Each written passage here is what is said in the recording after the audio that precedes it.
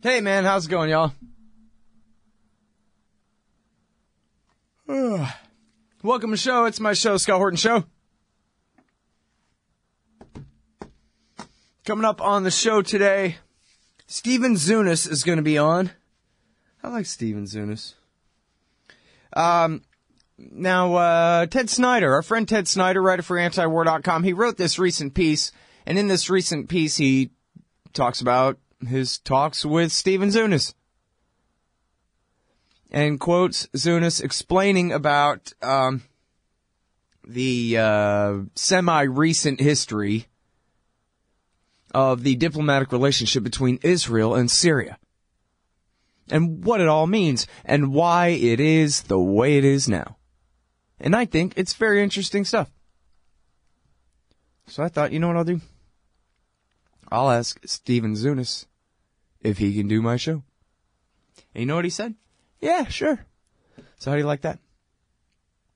That's coming on later today. Also, I have a couple of more invites out. Think, maybe I'll hear back from the people I invited. There's a distinct possibility I will hear back from other people I've invited on the show. And then that leaves open the possibility that then possibly they will do the show. But it's all right if they don't. Because, hey, you know me. I can go on and on. This show's only 2 hours long. I could do a 24-hour long show. As you know. All right. So, anyway. Before I get to the debate here, did you see the debate last night? I hope for your sake you didn't, but, for your health. I'll talk about that in a second. But the first thing is, I just wanted to joke about how last night Jeff Tucker and I did our bi-weekly show. Wait, is it bi-weekly? Would that mean twice a week, or does that mean every other week? I really suck at grammar and stuff. Anyway, point is, every other week, Tucker and I do a show called Eye on the Empire for Liberty.me. And last night, the whole first 20 minutes of it was about global warming and the new Paris Agreement, and Jeff Tucker explaining what it does and how it is and why it's wrong and how religious liberals and progressives and leftists are on this issue. That was the whole first thing of it. And then the whole second part was me talking about Star Wars and the Republic versus the Empire and this kind of thing. Which, I don't know, maybe if you tuned into just that part, you wouldn't be able to tell one way or the other. I don't know. I mean, I asked him at the beginning. I says to him, Jeff Tucker, introduce yourself. He says, I'm Jeff Tucker. I'm from the Foundation for Economic Education. Anyway, then we get to the Trump part. And Tucker and I don't like Trump. So the first comment on the YouTube of the thing is, you two commie leftists are going to be, or he doesn't say commies, but you two leftists are going to be put in the internment camps when Donald Trump comes. And I thought, you know what? That might be right. And if that ever does happen, it'll probably be because of pathetically stupid, wrong information like, you two are a couple of leftists. Even in the face of Jeff Tucker doing a 20-minute long segment on how wrong left-wingers are about the climate. Anyway, I just thought it was funny because it just goes to show how people believe whatever they want. I put out a tweet last night because the whole first part of the debate was, oh, fear, terror, afraid, safety. I will keep you safe. We will protect you from the terror, the fear, scare, fear. The whole thing, it was completely ridiculous. It was like the Daily Show, the old Daily Show, making fun of it, And so I put out a tweet saying, no, fear, safety, terror, government, we love you, government, protect us, government, we're terrified. Conservatives, And I got at least a few tweets back going, oh yeah, well you're on welfare. Oh yeah, well you're a liberal. Oh yeah, you're a Democrat and you love government and you're the one who loves government more than me. That's all they can say. They can't deny that governments are the most fearful, and conservatives, when I say governments, same thing. Conservatives are the most fearful fearmongers. They can't deny that the whole first half or more of the damn debate, the whole damn debate, was about what danger we're all in, except for the bravery of our wonderful politicians and their servants. They can't deny that they are basically just right-wing communists. That's all they are.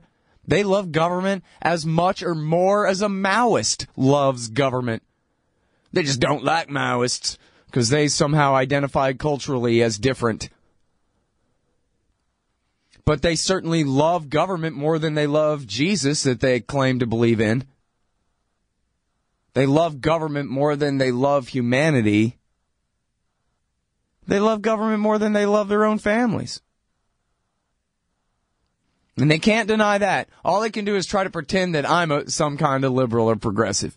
Oh yeah? Well, you're on welfare. Actually, you know what? I decided I would rather go without health insurance at all than take Medicaid or Obamacare or continuing to pay the fascists $8,000 a year for basically worthless coverage. So, yeah, what a commie I'm on when I make $25,000 a year doing this show and accept no subsidy whatsoever, except that I drive on the communist, conservative, American government-owned roads. So seriously, conservatives, you're horrible. You're laughable is what you are, you conservatives. Oh, Chris Christie, protect me. Oh, I peed my pants again. I have to go change my pants again. Wah, cries the entire American right, hiding behind Chris Christie's skirt. Oh, the terror, the fear, the scary Arab man. He's coming to get me. Please keep me safe, government. I love you, government. I love you, cry the conservatives. You make the, tree-hugging, left-wing Greenpeace types look like, macho bodybuilder, ultimate, fighting championship dudes. You got John Edwards looking like Hulk Hogan. Is John Edwards still a guy? I guess he's not a guy anymore, but you know what I mean. Pick your favorite pansy liberal Democrat. How about Barack Obama? I see liberals excuse Barack Obama's mass murder all day. And I guess, it depends. If it's a white guy does a crime, then they start screaming and crying. But when it comes to the Muslims, or, so-called radical Islamic terrorism, which you have to call it that, I don't see them screaming and crying and begging, Obama, I'm so afraid. Oh, Obama, keep me safe. The way conservatives do. It's really childish and pathetic and hilarious. And Rand actually pitched a pretty good case last night. I'll talk about that more in the next segment. But one thing he didn't do, which I think would be very productive, would be to ridicule this entire conservative frame of reference. The same way his father did with the heroin thing. How many people here are all going to become junkies if they legalized heroin? You going to go do heroin now? You need the government nanny state to prevent you from doing heroin? And the whole audience said, wow, he's right. That made perfect sense to me for a moment. They forgot it again, but still. That's what Rand could do. Hey, we're conservatives. We carry guns. We're not afraid of some terrorists. We're Americans. I say abolish the TSA and reinstate the Second Amendment. I dare you to hijack my airplane. We don't need government. We need freedom. We don't need fear. We need to be brave. Not like Chris Christie and Jeb and Trump want you to be. Don't you get sick of the Israel lobby trying to get us into more wars in the Middle East? Or always abusing Palestinians with your tax dollars? It once seemed like the lobby would always have full-spectrum dominance on the foreign policy discussion in D.C. But those days are over. The Council for the National Interest is the America Lobby, standing up and pushing back against the Israel lobby's undue influence on Capitol Hill. Go show some support at councilforthenationalinterest.org. That's councilforthenationalinterest.org. Hey, Al, Scott Horton here. It's always safe to say that one should keep at least some of your savings in precious metals as a hedge against inflation. And if this economy ever does heat back up and the banks start expanding credit, rising prices could make metals a very profitable bet. Since 1977, Robertson Roberts Brokerage Inc. has been helping people buy and sell gold, silver, platinum, and palladium, and they do it well. They're fast, reliable, and trusted for more than 35 years. And they take Bitcoin. Call Robertson Roberts at 1-800-874-9760 or stop by rrbi.co. All right, you guys, welcome back to the thing here, man. I'm Scott Horton. This is my show, The Scott Horton Show. Eric Schuler is going to be on the show. He's a new writer to me, anyway. Writes some really great stuff. His blog is called The Daily Facepalm. Can you dig it? Yeah, I think so. And he's written a couple of good ones for antiwar.com. I think at least two. And, I like the way the guy thinks, and I hadn't read the whole piece, but I saw you had a decent little write-up about last night's debate. I thought maybe that'd be better than just, me talking about it. Have someone to talk about it with. So that's cool. Looking forward to that. And I still have one more invite out, too, that we'll see what happens with that. Anyway. Man, I got to talk about Star Wars for a second. I heard it was good. That's all. I don't have any spoilers for you.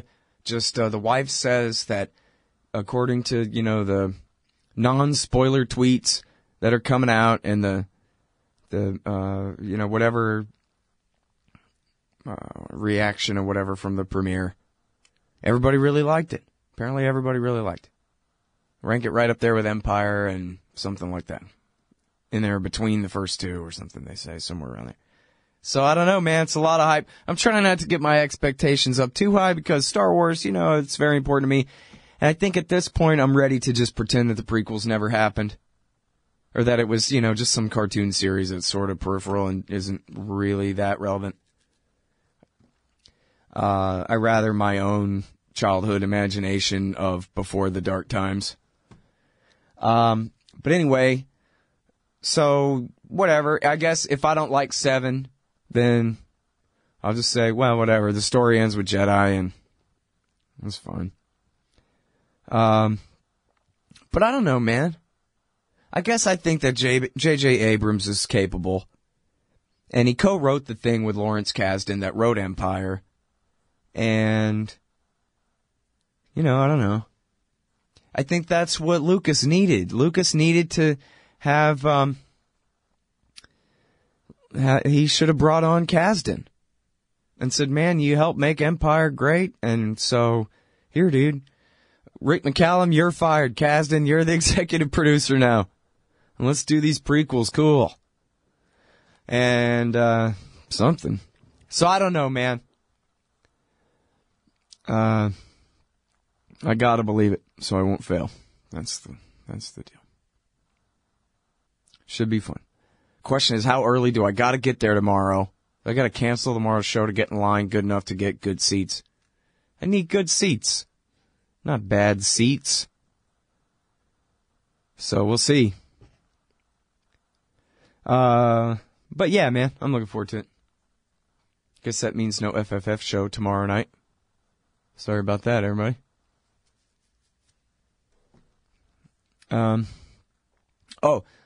Fitz in the, Rotten Tomatoes, Fitz says Rotten Tomatoes gives it 97%.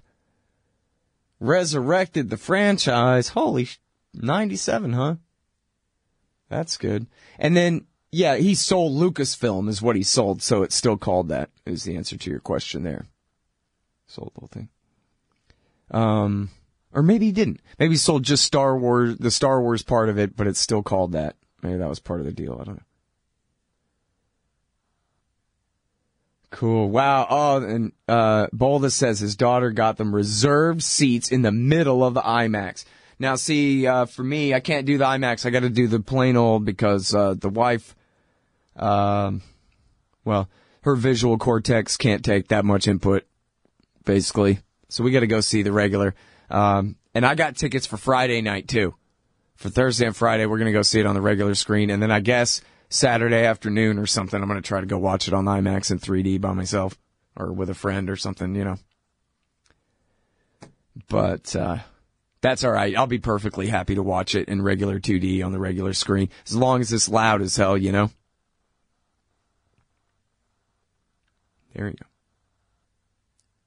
But yeah, man, you know, I'm mad at Lucas, too, for acting like such a big bitch about everybody liking the new movie better than his prequels and all that. And he's the one who sold it for $4 billion. He's the one who told Gary Kurtz, fine, beat it. He's the one who had Rick McCallum be the only person who could tell him, I don't think so, George. And that was a huge error, and he's got to own it, man. He's got to own it. And, but at the same time, I got to give the guy credit that I am who I am because of him. No question about it. As Star Wars and Empire and Jedi when I was a boy, because I was born in 76. I was 1 when the first one came out. My first one was Empire when I was 3. But it consumed my entire childhood till I was 11 years old. And that's it. As soon as I turned 11, I quit the toys and got a skateboard and a girlfriend, I thought. So anyway, that's different. But no, my entire childhood is Star Wars. More so than any of y'all. I mean, to such ridiculous degrees. My 3 through 11. Those ages. Yeah, you know what? I diverted into Transformers a little bit for a little while and a little bit of G.I. Joe just because their elbows moved and stuff, but nah, yeah, pretty much not Star Wars all the time. And you know, it's a huge part of who I am, politically as well. That's how I learned what a Senate was in the first place, was I found out, that the Emperor had dissolved the Senate permanently. Now we have a Death Star and we'll kill anyone who doesn't go along. So we don't need the pretension of the people's will through their representatives here anymore. And so that's how I first learned about political power. It's how arbitrary it is. How it flows from the barrel of a gun, not from the rule of law.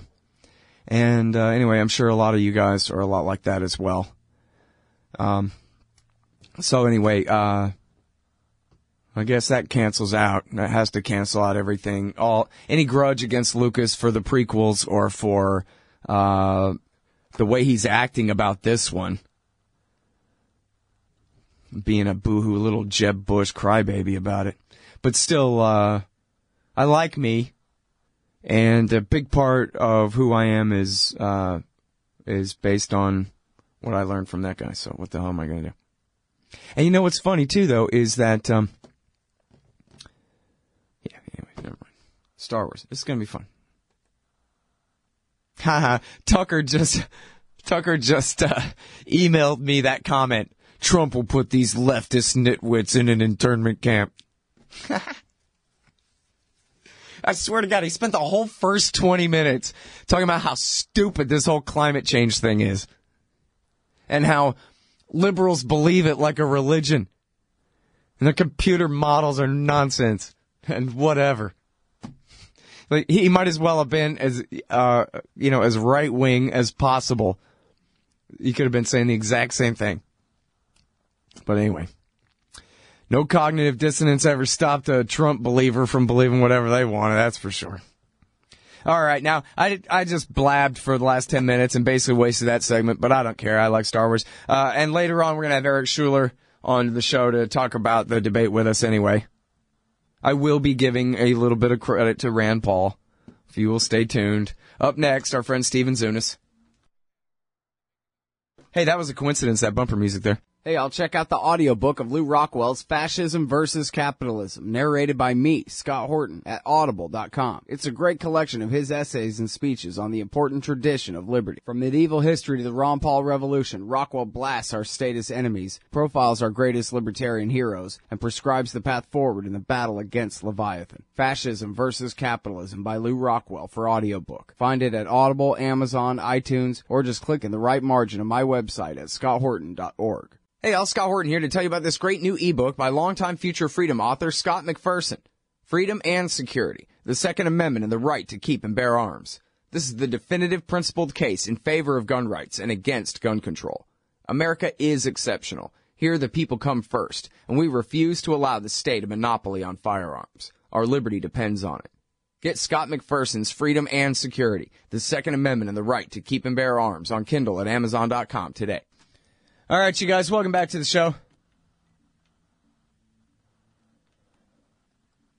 It's my show, The Scott Horton Show.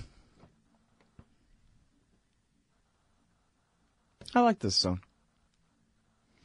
Anyways, hey, check it out. First up on our show today is our friend Steven Zunis. And, boy, I just realized I don't have your bio in front of me, but you're a professor at which university there in the Bay Area, Steven? University of San Francisco. University of San Francisco. I was going to say that, but then I thought, that doesn't sound right. Yeah, but there are a couple other schools in the area with similar names. There you go. All right. And, of course, you've got a huge archive at antiwar.com and a lot of other places where you write. You have a couple of new ones here, one at the Huffington Post about the rise of the Islamic State, and another one at truthout.org, what we can expect from Hillary Clinton on Israel-Palestine. Oh, God. I'm putting off reading this one until another, 10 minutes from now. Listen, but first of all, though, I want to talk with you about this Ted Snyder piece that we ran on antiwar.com and also ran at consortiumnews.com. And he goes into the history of the Olmert government in Israel and their attempts to negotiate with the Syrians for a permanent peace, I guess, along the lines of the Camp David Accord with Egypt, that kind of thing.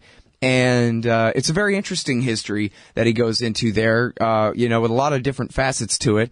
And then, but the reason it's so important is because it seems to me, in the scheme of things, that this process that you describe was a very significant pause in what had been the long-term Netanyahu plan left over from his first prime ministership, which was regime change all around, and most especially in Syria, in order to undermine Hezbollah and Lebanon and all that clean break kind of stuff, coping with crumbling states and all of that. And so here was this attempt by the Olmert government, apparently, to try to come to a better solution, which, not that his government was all that smart when it came to invading Lebanon or anything like that, but anyway, now we're back to the regime change policy, and this was made very stark in the debate last night when Ted Cruz said, hey, I'm for bombing ISIS, but not for bombing Assad. I take Israel's position. Noah Pollack, the prominent neoconservative, tweeted out, that is incorrect. Israel's position is get rid of Assad. And he linked to a letter from Michael Oren, the Israeli ambassador to the United States at the time, that he wrote to the Wall Street Journal correcting the record and saying, again, I protest at you saying Israel is concerned about instability. We want Assad gone. And of course, he told the same thing to the Jerusalem Post, and he told the same thing on video to Jeffrey Goldberg at the Aspen Fancy Pants thing in 2004 there, which everybody can find on YouTube. So, just further footnotes and confirmation, and it just came up last night. So I was hoping that you could kind of fill in that detail. And it goes to show how unnecessary regime change is if the entire Israeli establishment, after all, just a few years ago, was willing to shake hands with Assad. Yeah, it's very interesting, and things have evolved, actually. Syria's had a reputation of being one of Israel's most hardline opponents. But as starting in the late 80s, early 90s, the Assad regime decided that they're not going to be able to defeat Israel. The Soviet Union was no longer supporting them. Maybe they should make some kind of deal, and started to make peace overtures. And it became official in the late 1990s, and they went into negotiations, and they basically agreed to, the whole 242 formula, land for peace, that if Israel gave back the southwestern corner of Syria, in the Golan province to Syria, they would recognize Israel, have normal diplomatic, economic relations. They would demilitarize the Golan, allow UN peacekeeping forces, et cetera, et cetera. Again, pretty much everything that Israel had supposedly wanted. And there are some their negotiating came very, very close, literally within a few hundred yards close, because there was a dispute going back to an old colonial border about whether it was on the shores of Lake Tiberias, also known as the Sea of Galilee, or if it was a couple hundred yards inland, which would sort of give Israel all sides of the lake. And so things broke off, but it seemed that they were damn close. So people figured, the next round they'll probably find out some kind of compromise around this or whatever. Well, Assad died, and his son took over, and that took a while to sort of stabilize things. And then Sharon came to power, more right-wing government, and they weren't interested in doing this. I'm sorry to interrupt, but just stop for a second. The negotiations that you're speaking about now, was that in the first Netanyahu term, or that was after him? No, this is later. This was this is under Prime Minister Ehud Barak, who was a more centrist politician. Right. Netanyahu was in from 96 to what, 98, and then to the very beginning of 2001. Okay, and then came no, because there was Sharon. Then Sharon took over. I'm sorry, I missed one, but I'm just confusing the issue. Yep. Go ahead. But anyway, but there was another attempt back in 2007 when Israel had a coalition government between some center right parties, and the younger Assad made a peace overture, very similar terms. Hey, we want to negotiate. We're ready for peace, etc. And this is the incredible thing. This has been underreported. I wrote about it several years ago, soon after it happened. And Obama actually made a veiled reference to it during his 2008 presidential campaign and his speech before AIPAC. But basically, the Secretary of State, Condoleezza Rice, called, talked to the Israeli leadership and said, don't even think about it. Don't make peace with Assad. And Shimon Peres, the Israeli president, acknowledged that it was U.S. opposition that led the divided cabinet to vote against resuming negotiations with Assad, saying that the United States is virtually our only friend nowadays, and we don't want to upset them by doing something they don't want, like negotiating with the Syrians. Why did the United States not want them to negotiate with the Syrians?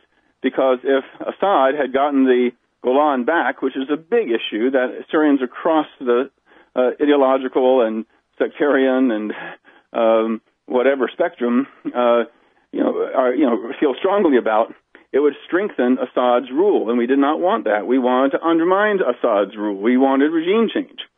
In fact, if you go back just a couple of years earlier, the United States passed what became known as the Syrian Accountability Act, which was ostensibly to try to force Syria to withdraw its troops from Lebanon.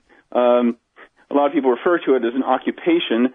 Technically speaking, it wasn't. It was more like the relationship with the Soviet Union and their Eastern European satellites during the Cold War, in that these were nominally independent governments, but the Soviets could basically tell them more or less what to do on foreign policy and make sure they didn't go too far away from Soviet interests. But it was something, whatever you want to call it, most Lebanese didn't like it, and it was quite reasonable to want Syria to leave.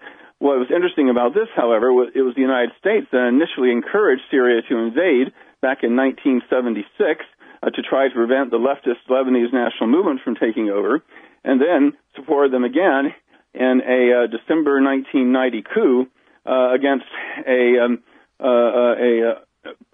prime minister, General Aoun, who had himself staged a coup a few months later, and we were concerned he was very closely allied to Saddam Hussein, whom we were about to go to war with over the occupation of Kuwait. Mm-hmm. But anyway, the United States changed sides and decided they really wanted Syria out of there.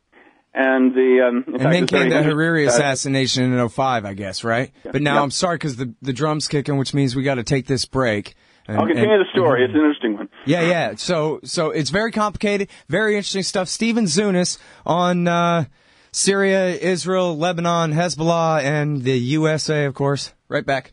Hey, Al Scott here. Ever wanted to help support the show and own silver at the same time? Well, a friend of mine, libertarian activist Arlo Pignati, has invented the alternative currency with the most promise of them all. QR silver commodity discs. The first ever QR code 1-ounce silver pieces. Just scan the back of one with your phone and get the instant spot price. They're perfect for saving or spending at the market.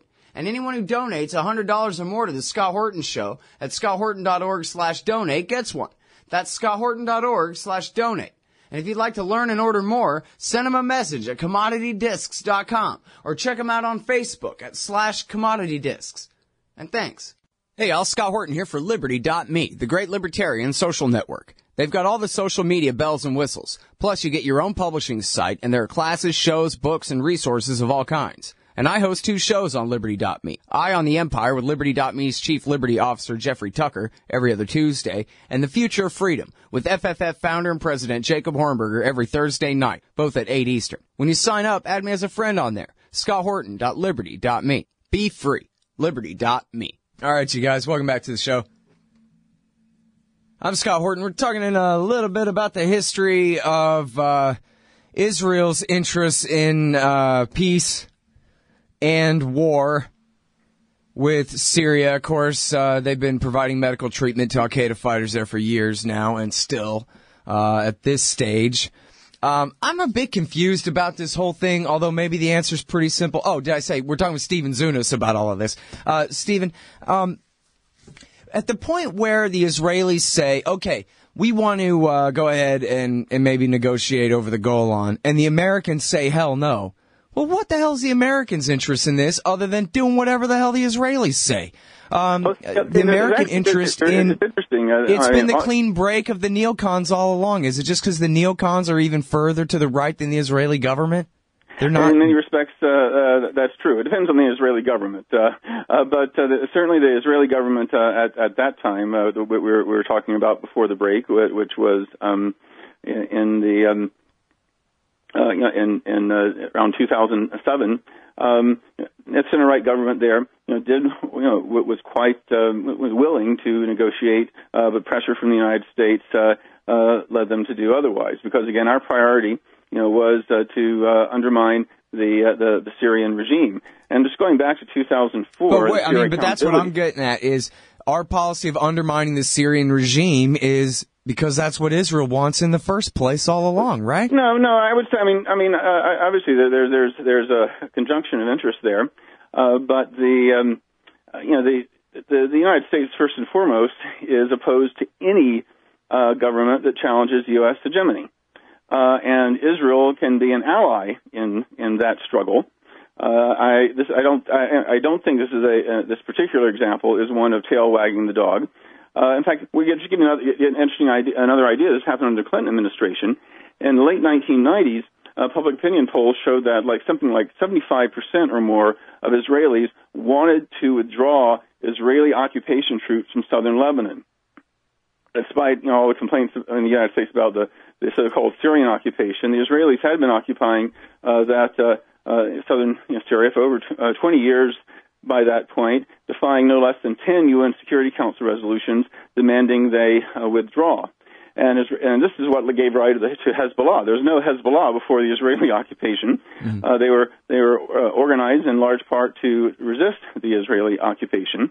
And Israelis are getting tired of their young men getting killed there. In fact, over 300 Israelis have been killed in the occupation, and parents and others saying, "Bring our kids home." But Clinton had his ambassador to Israel, Martin Indyk, go on national Israeli television and say that no, Israel should not unilaterally withdraw from Syria. So here we had our ambassador to a foreign country saying that country should continue to defy UN Security Council resolutions and continue this occupation that the vast majority of the people in that country did not want, not to mention, of course, the Lebanese, who have been suffering like crazy with thousands of people killed as a result of it. But eventually, the Israelis had enough. They withdrew in kind of a hectic fashion in 2000. But the reason we wanted Israel to stay there was we wanted to pressure the Lebanese government to distance themselves from Syria. Again, we did not want Syrian political domination there. And again, we didn't want Syria to the Syrian government to exist at all. It was one of the last bastions of a secular Arab nationalism, one that opposed both Islamist extremism but also opposed Western imperialism.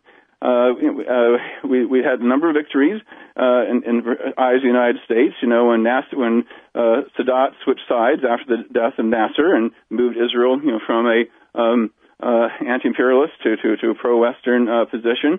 And in more recent years, of course, we've seen how Saddam and Gaddafi were overthrown. Assad was sort of the last bastion of this kind of tradition, and we want to get rid of him. And we've had a hard time with these nationalist anti-West governments, and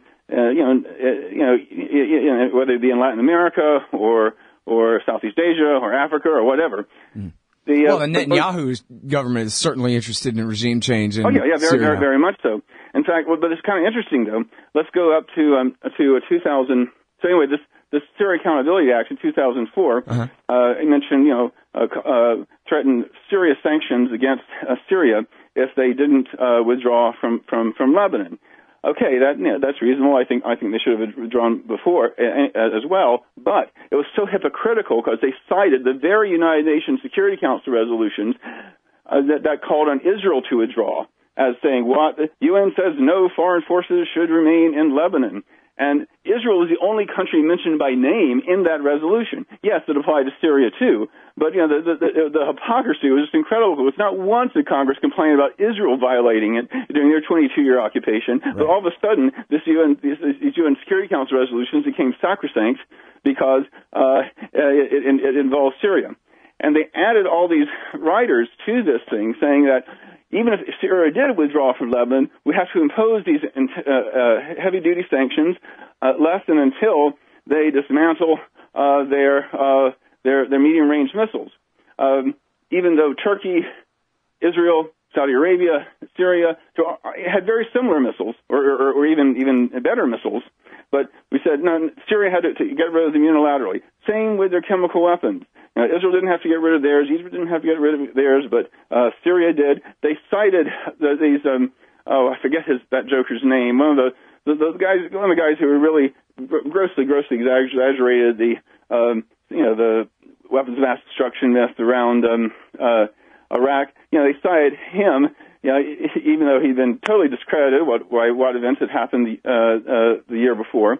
I mean, it was filled with all sorts of things, including blaming Iraq. Or blaming Syria for the deaths of American servicemen, even though most of the Americans are being killed by these hardcore, Sunni groups, the very ones that are fighting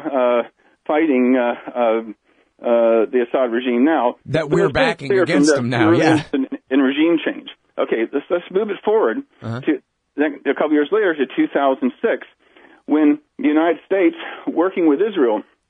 Well, wait, what about 2005 when Hariri was assassinated? I'm with Porter that it must have been Al-Qaeda that did it, but they blamed it on Hezbollah, and therefore Syria, which backs Hezbollah, demanded that the Syrian army had to get out of Lebanon, which of course just empowered Hezbollah, filled the power vacuum that the Syrian army had been filling at that point. It was a genuine popular uprising that got rid of the Syrians, but of course the U.S. used this to try to blame Syria for it. But in 2006, we actually the Bush administration pushed Israel to attack Lebanon to try to wipe out Hezbollah and attack Syria as well. Well, the Israelis said, no, that's too much. We can't take on both of them. So in a summit in Washington in May 23rd between Olmert and Bush said, Olmert agreed that they would attack Lebanon that August. Well, in July, Hezbollah did this provocative border incident where they kidnapped 2 Israeli soldiers and whatever, and that was the excuse for Israel's invasion. But that had been planned for many, many months. Mm-hmm. With the U.S. pushing it. In fact, there are a lot of Israelis in the top military leadership who said this isn't a very good idea. And in fact, the fact that the United States had pushed it became an issue within Israel. You had 30,000 Israelis protesting in Tel Aviv, chanting, "We will not fight and die for Bush. We will not fight and die for Bush." again, they saw this correctly as something that the United States had really pushed on Israel, because since Israel had withdrawn from Lebanon in 2000, not a single Hezbollah rocket had landed in Israel. Not a single Israeli civilian had been killed. But thanks to this Israeli attack, scores of Israeli civilians got killed, along with about 700 Lebanese civilians from the Israeli bombing. But again, this is something that the Bush administration, pushed on Israel to do. Why do we want to destroy Hezbollah at that point? Because Hezbollah, again, had not been attacking Israel. They'd largely demobilized. They were working more as a Lebanese, political party. I mean, admittedly a pretty reactionary one, but they were working within the system. And they, but the concern was they were getting all these new missiles from Iran. Why were they getting missiles from Iran when they weren't actually fighting anybody at that point? Because they knew that at that point the Bush administration was planning a large-scale attack on Iran, and they wanted, in conjunction with Israel, and that they wanted a retaliatory capability. They wanted this to be a kind of deterrent. So the Bush administration figured, hey, and their allies within the Israeli government said, hey, if we take out these missiles preemptively, destroy Hezbollah, then we can go into Iran. Well, as you know, the 2006 invasion was a disaster. The Israelis, in their own investigative committee, the Winter Grand Commission that was actually chosen by Olmert, was very, very critical of the government and going ahead with this. Mm-hmm. And again, a lot of Israelis blame the United States to this day. But again, the original target, or the original additional target, was Syria. So I'm using this chronology going up through Bill Clinton, through George W. Bush. There was a very explicit desire for regime change in Syria, and the Israelis supported it too. Though there are some divisions, especially again in the Labor Party and some of the more moderate elements, believing that maybe Syria could be accommodated. We're seeing these divisions even now, because what's happened is that, and divisions within Washington, in that the Obama administration, like the moderate Israelis, would obviously like to see Assad go. I think particularly given the large-scale war crimes he's committed. At the same time, they that ain't why. ISIS as a very serious threat, the instability a very serious threat, and there's been all sorts of and frankly, my impression is that you have divisions both within Israel and the Obama administration as to how much priority should be to get rid of Assad, how much priority should get rid of ISIS, what kind of rebels we should support, and both the Israelis and the Americans are kind of beside themselves about this monster they've helped create and how to handle the fallout. Yeah, well, I don't think I've ever heard anybody really stick up for Assad. It's universally agreed. Here is a fascist murderer dictator. But it's sort of beside the point. The question is, who supports him? The answer is more than half the population of the country, including a huge plurality, at least, of the Sunni population of the country. Because his state, not necessarily they support him, but the state that he is the chief of is what's standing between them and a good crucifixion. And they know it. And America and Israel and Turkey and Saudi have been backing Ahrar al-Sham, which is nothing but Al-Qaeda, and in effect al-Nusra, which is nothing but Al-Qaeda, and even according to their own documents, in effect, the Islamic State. Even though they knew and predicted the danger that this could really lead to the creation of a place called the Islamic State out of the group by blowing back into Western Iraq. And they did it all on purpose, and even the head of the DIA says so too. And I know you got to go too, so I'm sorry. You can wrap this up. We're overtime into the break at this point. I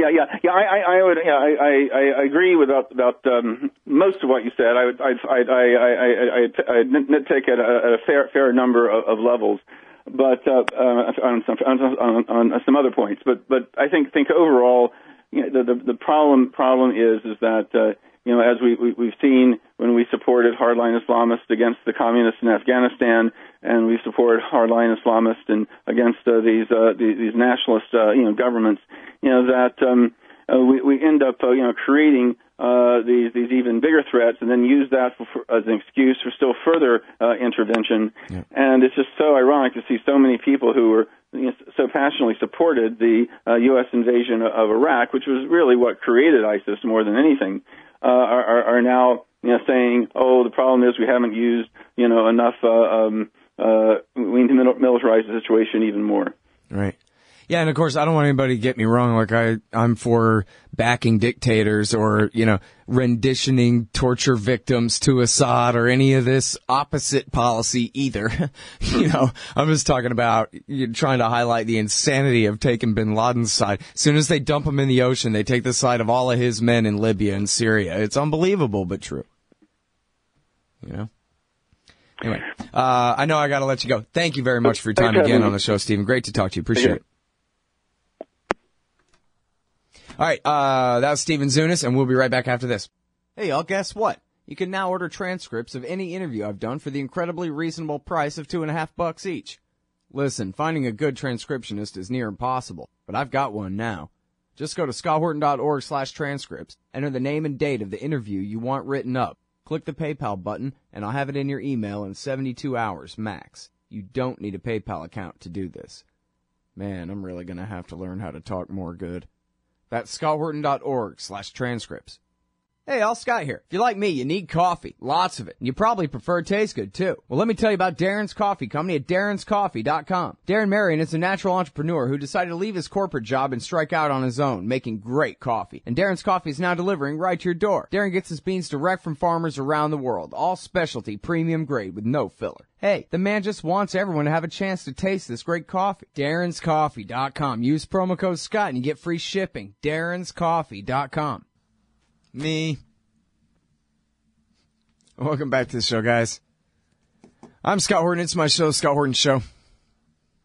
By the way, if you're not too familiar, I hope you understand. Zunis, he isn't spinning for Israel there. He's just indicting America more in a certain context, that's all. If you read what he writes, he's been very good on Palestinian issues, I assume, his entire career. So don't anyone get that confused what he was saying. He's just getting down into the weeds about exactly what happened.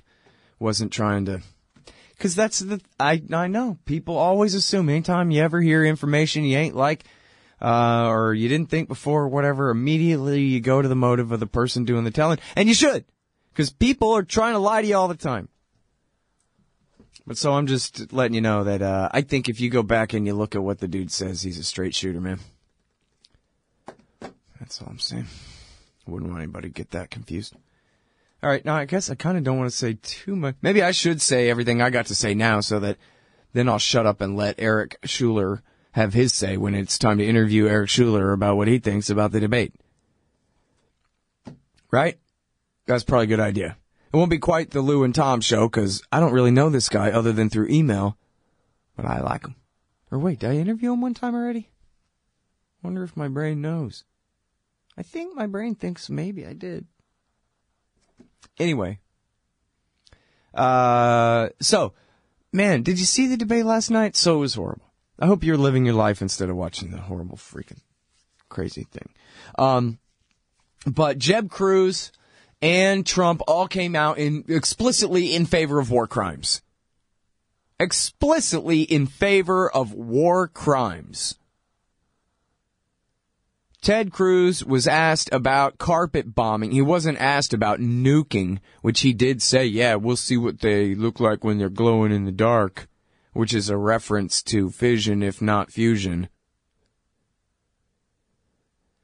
And but they skipped that, but they said, so what about carpet bombing? And he says, I don't mean carpet bomb the cities. I just mean carpet bomb ISIS where they are. And then he even says something about, like, like troop divisions out in the field. Yeah, because that's what the Islamic State does. They take all of their guys and then they mass them in the field like Southerners in the Civil War to get slaughtered. Like George Washington's men fighting the British. Go ahead and kill all of us. We'll just stand here in the field and wait for you to completely mow us down. Thanks. Because they're idiots. Okay, no. That's not how they fight. Actually, they're a militia movement. They don't have a regular army. They're just trying to become one. And as soon as the airstrikes started, they all went and melted in with the civilian population. Carpet bombing means carpet bombing. That's what he said. And he still stood by it. Kinda, sorta. Anyway. Then Trump was asked by a grad student who, for whatever rules, was allowed to ask a question. And he says, man, you came out and you said go after their families? If somebody does a terrorist act, that their innocent family members should be punished? Isn't that illegal? Isn't that a war crime? And that kind of thing. And he doubled down on it. Said, oh, yeah. And take, for example, the San Bernardino shooters. And then he just pretends to know that everybody that they know knew that they were going to do something and didn't stop them. So they're all guilty too. And look at all the family and friends and associates of all the 9/11 hijackers. They all left the country. She could have made a bigger deal about that part. They were all flown out of the country so they could go home and watch their boyfriends on TV and their great things, something like that. And so, yeah. And then he said, and people care about their families. They don't care about themselves. Maybe they'll care about their families, and it'll be a real disincentive for them to do, terrorist acts. That is unbelievable. And it's one of Rand's good points of the night where he said, hey, I want to get to the question Trump's, suitability for the office here. When he says that, he's talking about America would have to repudiate the Geneva Conventions to do that. All right? When he's talking about closing down the internet, he's talking about repealing the First Amendment to the U.S. Constitution. And so he's talking about making America not America anymore in order to what? To kill innocent family members who may or may not be assumed to be guilty of their kin's crimes? What? And then Jeb Bush, too. Oh, yeah. A big problem with the war now is the lawyers, those pencil-necked geeks, dictating to the military who they can and cannot kill. And he said this in the context of saying, oh, my God, Donald Trump is the worst, most un-American person ever for saying keep the Muslims out.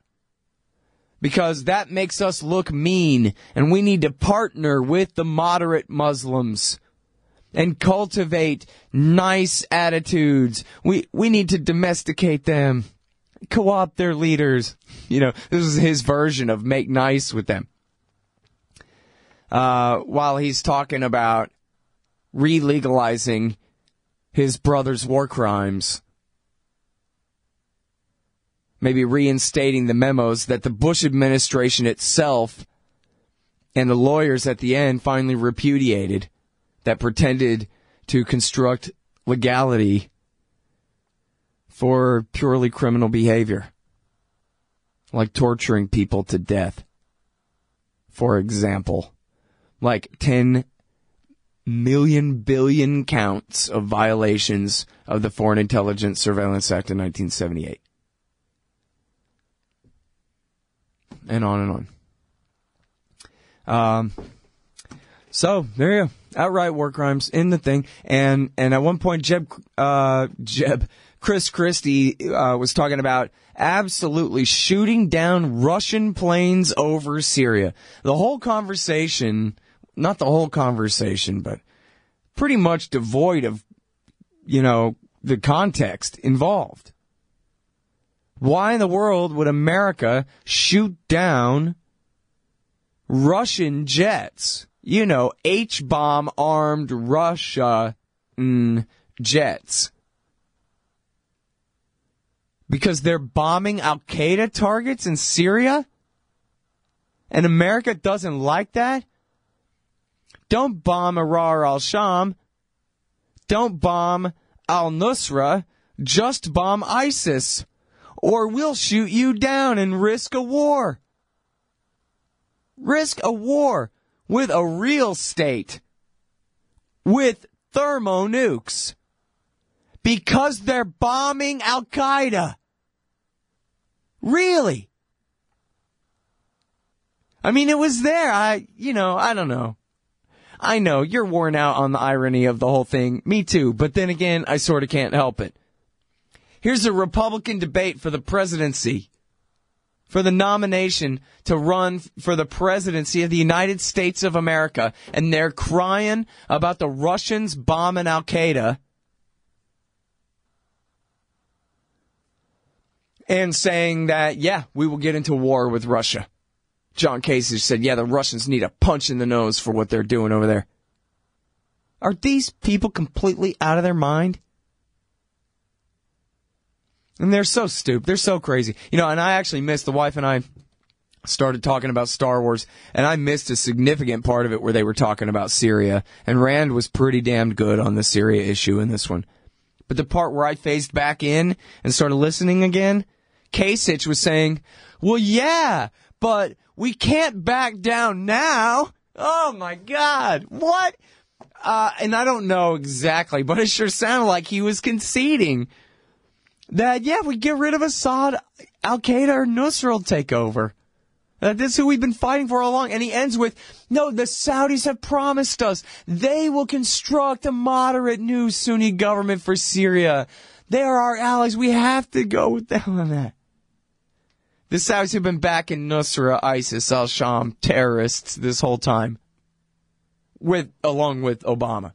Hey, Scott Horton here for MPV Engineering. This isn't for all of you, but for high-end contractors specializing in industrial construction and end users who own and operate industrial equipment. MPV offers licensed professional consulting on chemical and mechanical engineering for your projects. Tanks, pressure vessels, piping, heat exchangers, HVAC equipment, chemical reactors for oil companies or manufacturing facilities, as well as project management support and troubleshooting for those implementing designs. MPV will get your industrial project up and running. Head over to mpvengineering.com.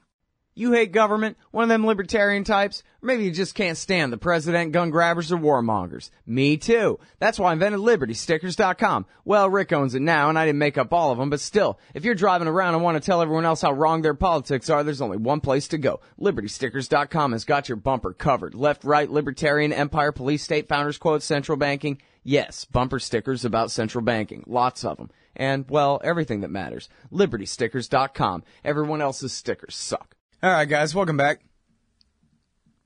Coming up, Eric Schuler is going to be on the show to have his say about the Republican debate last night. I think you'll be interested to hear that.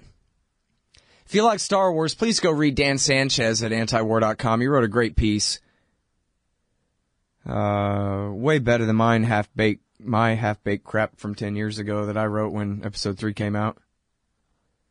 It's really good. It's, just check him out in the right margin there at antiwar.com, Dan Sanchez. Okay, so I gotta give credit to Rand Paul, but now I still won't give him full credit because he still fell short, and I'll get to that part, but I'll give him the good part of the credit, which is that last night he put on his dad's shoes, I guess, or something, and went out there and kind of fought with him a little bit. Now, in the second debate, they asked Rand Paul, hey man, you said in the past that Republican hawks helped lead to the rise of ISIS. And he gave a provably canned answer that they must have warned him exactly what the question would be. That, no, only ISIS is responsible for ISIS. And at the exact moment he was still saying it, the tweet went out with the exact words, too, right? It was cocked and loaded and ready to hit send on. And, because I was watching. And anyway, so this time she said it to him again, and then he goes, yeah, the regime change hasn't worked. And this kind of gets, well, anyway. So he talks about Libya, Syria. They asked him about Iraq. He kind of demurred on Iraq. He didn't want to say, yes, Iraq was a terrible thing. It was kind of one of those that didn't also work. But on Syria, he's saying getting rid of Assad is a bad idea, man. And he was pretty good on that. But one thing he didn't deny, and they didn't ask him, and it was the biggest and best blown opportunity here, was he should have opposed regime change in Raqqa and Mosul as well. He should have said, not just is it a bad idea to support regime change against these secular dictators, it's a bad idea to back secular dictators. That's part of what turned our friends, Reagan's Mujahideen, against us. And so, let's just not do any of this anymore. No more invasions, no more sock puppet dictators, no more sock puppet jihadi armies, no more foreign aid for anybody. No more making our allies' enemies our enemies. No more Dick Cheney-style promises about we'll leave as soon as we're done here. Just call the whole damn thing off. That's the deal. It's like he's deliberately hitting a line drive where he can get to first base, when he could hit a home run right out of the park. And he's choosing instead to just take a base hit. Why? Why not get up there and say, listen? And this is Rand's advantage over Ron if he would use it. Ron is too classy.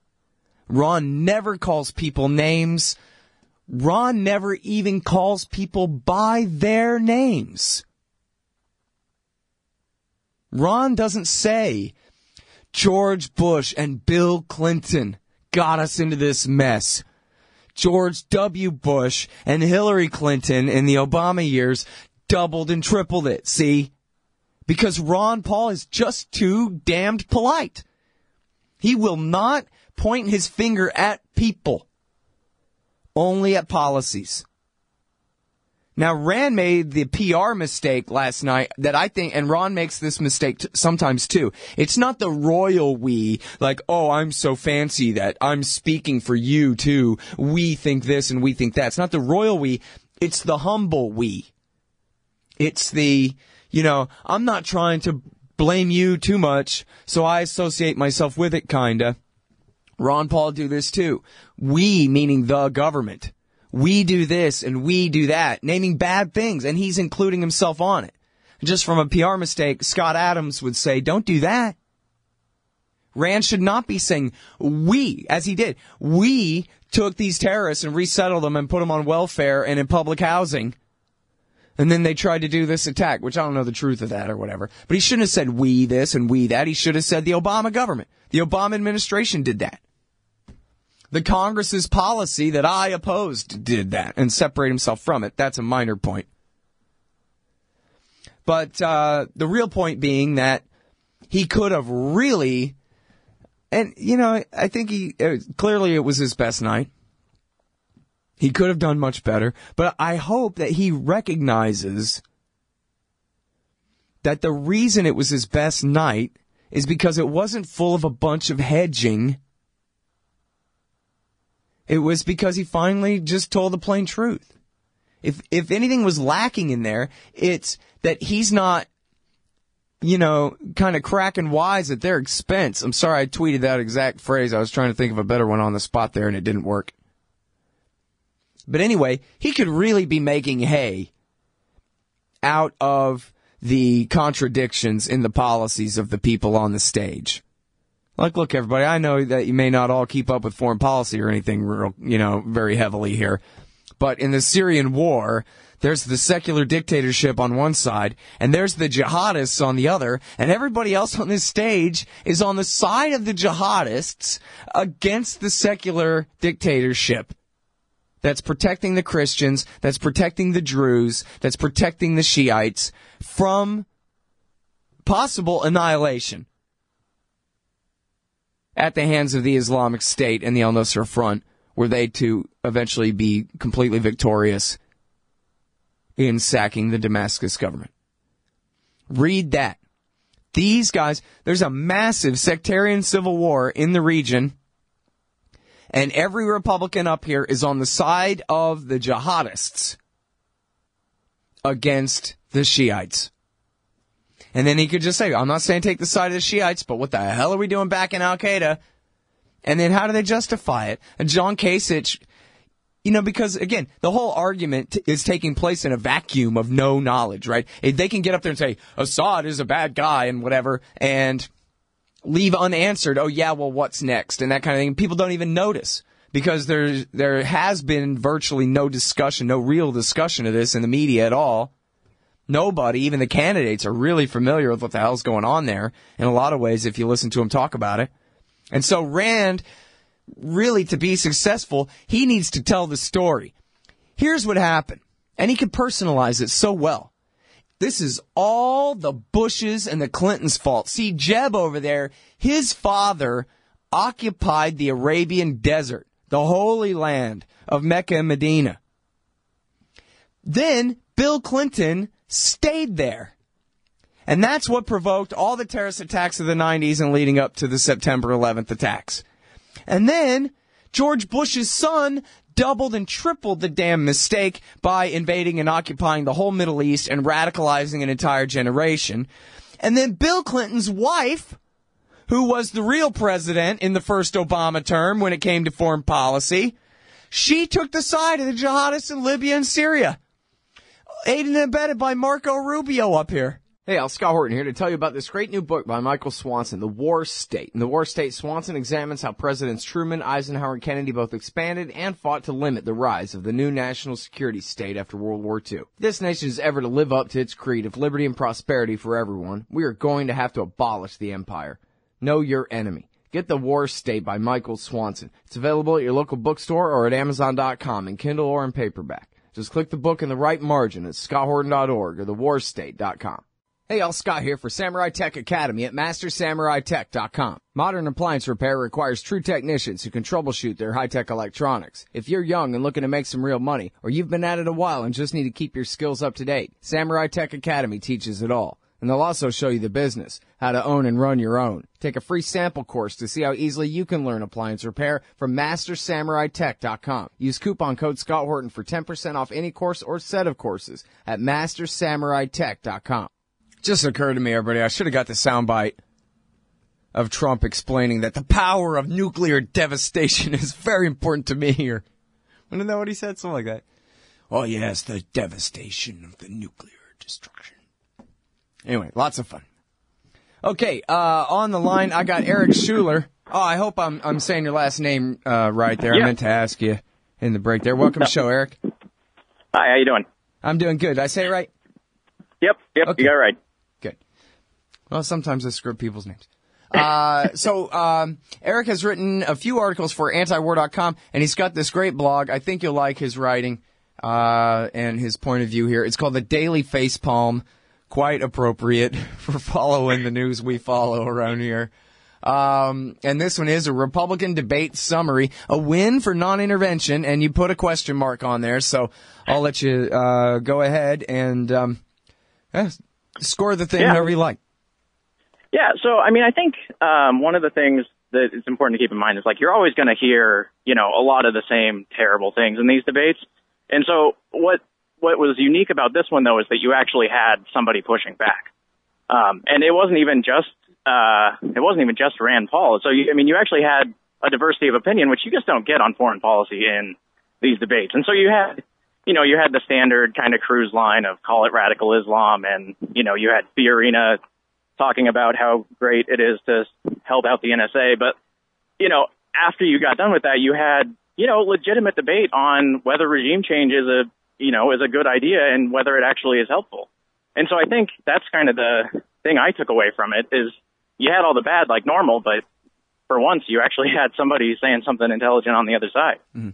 Well, and I think a big part of the setup here, and it's funny, and I know I got a chip on my shoulder and whatever, but I don't care. I give him credit anyway. But I think Rand is kind of playing catch up to Trump here. Just like in the second debate when Trump says, hey, Carson, high five, that we were both smarter and knew that the Iraq war was a bad idea back then.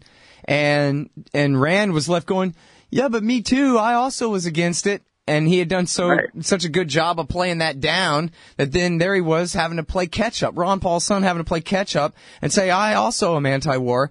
And Trump, it's amazing to me, but Trump has been able to say, oh yeah, no, if you support the Iraq war, you're stupid, which he doesn't say that about his voters, but he says that about the Bushes and about Hillary Clinton, and they don't mind. The Republican rank and file don't mind. They now apparently are ready to accept that, okay, Iraq War II really was stupid. Not that I'm sorry about all my neighbors I called traitor or anything, but okay, I guess you're right now. As long as it's Trump saying it. And then the rest of them are playing catch up. And Cruz has decided apparently too that if he points his finger and says Rubio is going to try to get us into trouble we don't need, and I'm more shrewd than that's good politics here. Not being the worst warmonger of all, not saying who can out Giuliani each other up there, but people moving closer and closer to Ron Paul, at least rhetorically. Yeah. Well, and I thought it was interesting too. Trump got a question at one point that was something to the effect of, would America be safer if dictators were running the Middle East still? And he basically, he said, we wasted a lot of money and it's not like we had a victory. And, basically said we should have been spending that money at home. He didn't frame it this way, but almost like a reference to the peace dividend concept, which is just not something you expect to hear out of a Republican frontrunner. Yeah. And so that was pretty interesting. And I also thought, Rand Paul, his opening statement, because, that's the thing they're preparing. So off the cuff, that's something else. But the opening statement, he really went hard after Trump on, closing down the internet and even defending the Bill of Rights. Applauding the Bill of Rights and not just the Second Amendment part. That's kind of new too. And, it almost seems to me like maybe that could signify a shift in kind of his strategy. Cause that's how he was positioning himself for the debate. And I don't know, that seems to bode well from my perspective. Yeah, absolutely. And I hope he noticed that last night was his best night, and in fact, I think he did because I saw that his people put out a tweet that was a compilation of tweets of all different Republican, wags, Laura Ingraham and Steve Deese and some Fox News people, and I don't know the whole list, but it was, conservative thought leaders, if there's such a thing. Right. And they liked it. And they thought it was his best performance ever. And they didn't say, boy, I really like how anti-war he was finally. But again, they sure didn't seem to mind it. Exactly. Well, and of course he's not really staking out the full-on non-interventionist position. He still, kind of made a reference to Arab boots on the ground, not U.S. boots on the ground. So it's not, it's not necessarily the position that you or I might take on it, but it's still compared to, everybody else on the stage. It's just league's different. Mm-hmm. Well, and that's the thing. He absolutely is in favor of regime change in Raqqa and Mosul, Fallujah, Ramadi. No doubt about that. Right. But just not Damascus. Which, at this point, I think I'm, I'll take what we can get, right? Yeah.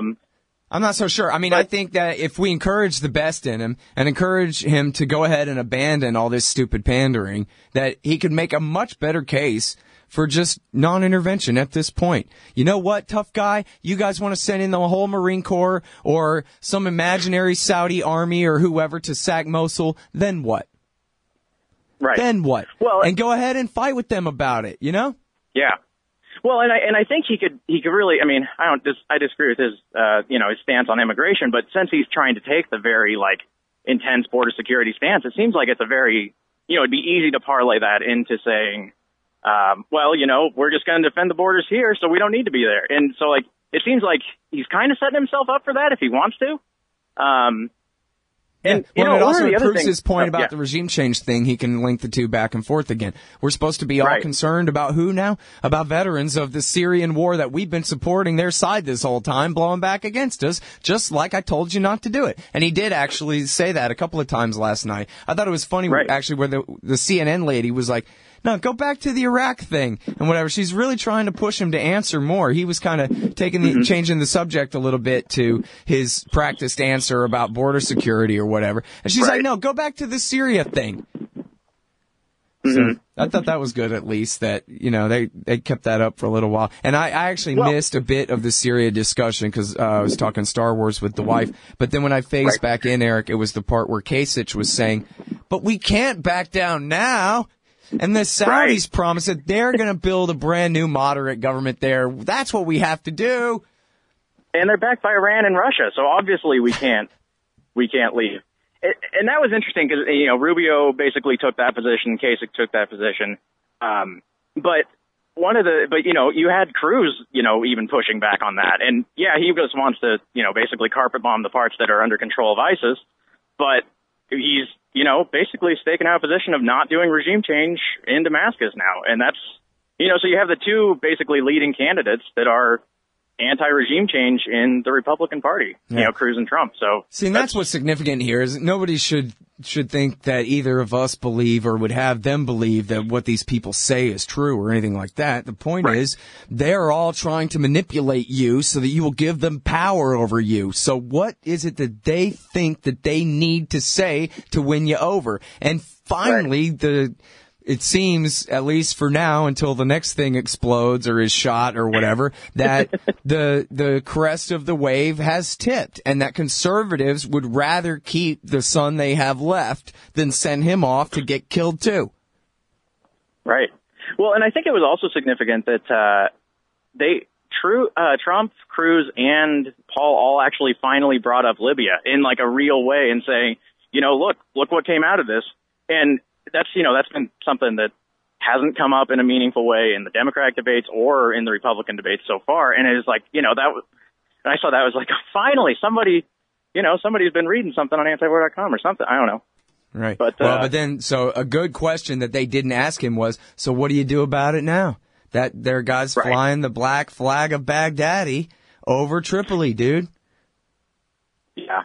And don't give me some pablum about, I don't know, we'll make the Algerians do it, or, Right. Oh, man, I'm sorry. Yeah, now the music's playing, we got to take this silly break. Then we'll be back. It's Eric Schuler. Check out his great blog. It's ericscottschuler.blogspot.com, The Daily Facepalm. And you can find a couple of his articles up at antiwar.com as well. This part of the Scott Horton Show is sponsored by Audible.com. And right now, if you go to audibletrial.com/Scott Horton Show, you can get your first audiobook for free. Of course, I'm recommending Michael Swanson's book, The War State, The Cold War Origins of the Military-Industrial Complex and the Power Elite. Maybe you've already bought The War State in paperback, but you just can't find the time to read it. Well, now you can listen while you're out marching around. Get the free audiobook of The War State by Michael Swanson, produced by Listen and Think Audio at audibletrial.com/Scott Horton Show. Hey, y'all, Scott Horton here for WallStreetWindow.com. Mike Swanson knows his stuff. He made a killing running his own hedge fund and always gets out of the stock market before the government-generated bubbles pop, which is, by the way, what he's doing right now, selling all his stocks and betting on gold and commodities. Sign up at wallstreetwindow.com and get real-time updates from Mike on all his market moves. It's hard to know how to protect your savings and earn a good return in an economy like this. Mike Swanson can help. Follow along on paper and see for yourself. wallstreetwindow.com. I missed it. Hey, chat room guys, did they say what they're doing with the interest rate yet? Probably nothing. That's my guess. Yeah. All right. Eric Schuler is on the line, author of The Daily Facepalm. Boy, am I feeling it. I'll tell you what. We're talking about the Republican debate last night, and I'm sorry, I forget at which point I interrupted you for the break here, Eric. You were going to say. We were talking about, they didn't really ask, like, okay, so what do we do now? And I was going to say, I mean, in some ways I'm kind of glad they didn't because I'm afraid what anyone would say. But, so the fact that it didn't get emphasized, like, I'm all right with that. Yeah, that's kind of been my thing about Libya all along is, people complain sometimes and say, yeah, nobody pays any attention to what a disaster Libya is. And I'm saying, you know what, that could be worse. And once they start paying attention to it, then the next step from there is propose solutions. And I don't think any of us want to hear them if we know what's good for us anyway. All right, now, here's the thing that, and you really start your article with this too, second place or something here, is the avowed support for war crimes among Ted Cruz, Donald Trump, Jeb Bush, and Ben Carson. And Carson and Cruz's war crimes were more or less the same. Jeb was not as specific. Trump had his own unique kind of war crimes, and hey, well, it's just a matter of debate, just a policy preference, I think, Eric. Yeah, well, and Rand Paul, to his credit on that point, he brought back Trump's plan. Trump doubled down on his plan to go after the families. And Rand Paul, instead of making like a humanitarian appeal, he said, we're going to have to withdraw from, the Geneva Conventions, which probably, most of the base isn't too concerned about. But he also said, do you still believe in the Constitution? Which, if you're going to attack, Trump on that issue, framing it in terms of the Constitution says this is wrong, is probably the best way best way for him to frame it. So I thought that was, worth noting too. And he actually kind of referred to the difficulty of the logistics of getting the First Amendment repealed. That could take a long time. He's like, so are we just going to go away? Yeah, that was an interesting approach. And I also, and maybe I missed this, but I actually thought that, Bush, compared to Trump, he actually seemed to outline a slightly less, awful position on, banning all Muslims and the family piece, because he said that this isn't how we, win people over to our side, which, it's kind of beside the point that that's actually a real debate, but, at least pretty much no one would seem to be signing on for Trump's position on that from what I took away for it. It was amazing the way he doubled down on that and didn't say, well, we would have the cops investigate and figure out whether they know something or not, or, something, but no, he didn't back down whatsoever, just doubled down on that. Really was amazing there. The way he did that. But of course, Jeb, in his refutation of Trump on that, in that same answer said, well, a big part of the problem, they all did this. Anytime they were asked about attacks here, they changed the subject to let's attack over there. And he says, big problem is the damn lawyers are hamstringing the people fighting the war against the Islamic State over there. We need to set them free. That was like the first half of the sentence before he pivoted to, and boy, you shouldn't be mean to Muslims. That makes us look bad. We're trying to suck up to these people. It is a very odd disconnect that, I think, half the stage is outlining political correctness as really the big problem in our war. It's not the war itself. It's definitely that we're not killing enough civilians. Yeah. And not just the PR position. man, but the lawyers. The damn lawyers say that we can only bomb if we don't think we're going to kill some kids. And then, we want to, though. And then that was Carson's thing. And the Hugh Hewitt, hey, Carson, you're a brain surgeon. You're not a politician. You're new at this. Are you really ready to kill a bunch of children? Wow. And he says, yeah. Yeah. But he did object to, he had enough PR sense in him. I object to the word ruthless. Tough and resolute, not ruthless. I mean, there's people still going to die, but let's frame it a little different. Come on now. Yeah, it's not the end. It's the means to the end, Hugh. And Hugh, likened ISIS to Hitler as the same level of threat to make it, sound a little more okay. Yeah, exactly. Are you going to do like Churchill did what was necessary to bring down the Third Reich? Because I think he must have caught himself as, wait, we probably shouldn't say that in isolation. That's going to be taken out of context pretty easily. Yeah, well, the whole damn thing's kind of taken out of Another context. Thing, go ahead. No, you please. I thought was interesting is Cruz actually, at first I thought it was a gaffe, but I was, rereading kind of the transcript on it. And he actually said twice that Iran has declared war on the United States. Did you catch that? No, I had missed that. It was funny, as I watch it and I see the tweets go by, I go, they said that? Mm-hmm. I just really can't listen to these clowns. I tried. Yeah, no, you have to tap out and take a break midway through or something. Right. But, no, twice, and I guess it's, part of his line of radical Islam, so you can't distinguish between, different parts of it, even if they're fighting each other. But yeah, he said, ISIS and Iran are at war with the United States. And it's so funny too, because in a, not in a good way, haha way, but, he, at one point, he's basically saying we shouldn't do regime change against Syria because they'll backfire. But at one point he just kind of mentions offhand, regime change in Iran, that's something I could support. Right. What? But didn't you just hear your last 5 sentences? Yeah, he's saying, enough of this utopian nation building and spreading democracy and all of this. What we need to just do is protect our national interests and fight our enemy, Iran, and their enemy, the Islamic State. Just, wow, really? All just in one breath like that. Yeah, you gotta take out both sides of the Civil War to win the Civil War. That's how it goes. Yeah, exactly. The other thing that I found, kind of interesting, is, Christie's not really not a real player at this point, it doesn't seem like, but, Rand actually had a pretty good line on him too of, I think his quote was something like, well, if you're in favor of World War III, I think you found your candidate. And It's like, and just framing the issue starkly and, not trying to mince words, which he seemed to do a lot better than that. I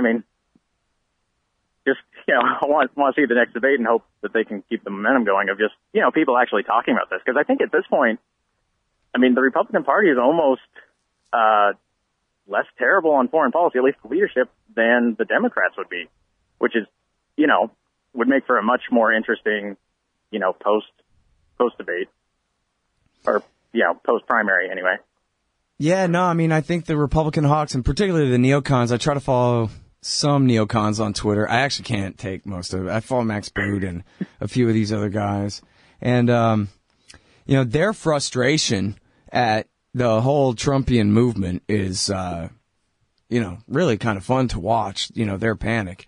It's as bad as mine. I'm not saying I like them, but I just like seeing how upset they are that, the winds are just not with them. The people don't really know who the neocons are, but they know that now that there is such a thing as the neocons, and they're the ones who always are the most pro-war, and I don't think maybe we should be listening to them. And the fact that is kind of, look, it's 2015, but hey, that's finally kind of soaking in and getting through to, Republican masses out there. That's pretty powerful and a pretty good, just the fact that, all the front runners, continue to sound, somewhat little bit anti-war themes. I assure you, I'm really tough and everything, but I think we should be doing less. And they have focus grouped that enough. They know that that's what people are demanding to hear at this point. Right. So. Well, and it was interesting, too, even when, Trump got a question on the nuclear triad, and he basically didn't answer it, but, I definitely expected to, we need the standard answer you would expect, which was pretty much given by Rubio, was, we got to double down, we got to modernize, and, it's the greatest deterrent in the world, and ISIS isn't apparently paying attention to it, but, it's still the greatest deterrent in the world against somebody, and, we need to spend as much money as possible to. And that was not the coined response from everybody. It's just, obviously Trump's no dove, but it's nice that he doesn't have to say horrible things about literally every foreign policy issue. Well, and I think the triad thing just confused him because he didn't know what the hell that meant. Right. And so he's like, well, I don't know. I'm just going to bluster for a few minutes here and hope to get away with it. Right. But at least he didn't say, nuclear weapons are the, best thing that's ever happened. Yeah, and in fact, even his thing where he's like, the power of the nuclear devastation is very important to me. All he was really trying to say was, no, I take that very seriously. Or, he just was a kook about it, the way it came out. But, that's what he meant, really.